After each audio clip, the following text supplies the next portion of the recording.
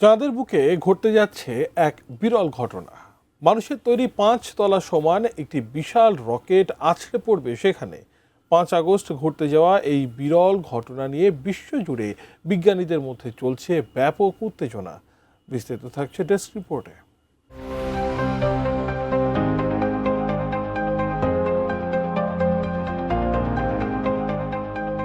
এবার এক ভিন্ন ঘটনার সাক্ষী হতে যাচ্ছে পৃথিবী। মহাকাশে নিয়ন্ত্রণ হারিয়েছে স্পেসএক্সের ফ্যালকন 9 রকেটের একটি পরিত্যক্ত অংশ। বার্তা সংস্থা দ্য গার্ডিয়ানের প্রতিবেদন অনুযায়ী 1 বছরেরও বেশি সময় ধরে কক্ষপথে ভাসার পর এটি এখন চাঁদের দিকে ধেয়ে যাচ্ছে। বিজ্ঞানীদের পূর্বাভাস অনুযায়ী 5 আগস্ট এটি চন্দ্রপৃষ্ঠে সরাসরি আঘাত হানবে। ভারতীয় সংবাদ মাধ্যম এনডিটিভি বলছে, রকেটটি প্রায় একটি 5 তলা ভবনের সমান বড়। এটি ঘন্টায় 5400 মাইল গতিতে চাঁদের আইনস্টাইন গহ্বরের কাছাকাছি আছড়ে পড়বে।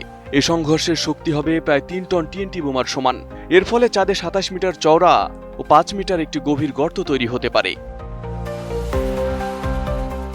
টেক্সাস ইউনিভার্সিটির গবেষক উইলিয়াম জো জানান, সংঘর্ষের ফলে বিশাল ধূলিমেঘ তৈরি হবে। এই মেঘ চন্দ্রপৃষ্ঠ থেকে প্রায় 100 কিলোমিটার উচ্চতা পর্যন্ত ছড়িয়ে পড়ার সম্ভাবনা রয়েছে। মহাকাশ বিশেষজ্ঞ বিল গ্রে মনে করেন, এমন ঘটনা মহাকাশ বর্জ্য বা আবর্জনা সমস্যার দিকে নতুন করে নির্দেশ করছে। লস আলামোস ন্যাশনাল ল্যাবরেটরির গবেষক বেঞ্জামিন ফার্নান্দো বলেন, আলোর ঝলকানি খুব সামান্য সময় স্থায়ী হবে, তবে শক্তিশালী টেলিস্কোপ দিয়ে পৃথিবী থেকে কয়েক মিনিট ধ্বংসাবশেষ দেখা যেতে পারে। তবে বায়ুমণ্ডল না থাকায় এই সংঘর্ষে পৃথিবী বা মানবাভিযানের কোনো ক্ষতির ঝুঁকি নেই। নাসার লুনার রিকনাইসেন্স অরবিটার এবং দক্ষিণ কোরিয়ার দানুরি চন্দ্রযান এই পরিবর্তনের আগের ও পরের ছবি তুলবে। বিজ্ঞানীরা বলছেন, এই ঘটনা ভবিষ্যতে নভোচারীদের নিরাপত্তা নিশ্চিত করতে গুরুত্বপূর্ণ ভূমিকা রাখবে।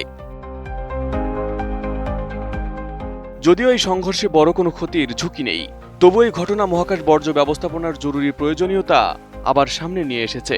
এটি ভবিষ্যতে মহাকাশ গবেষণার জন্য একটি নতুন শিক্ষা হতে পারে বলছেন বিশেষজ্ঞরা। Desk report, ATN news.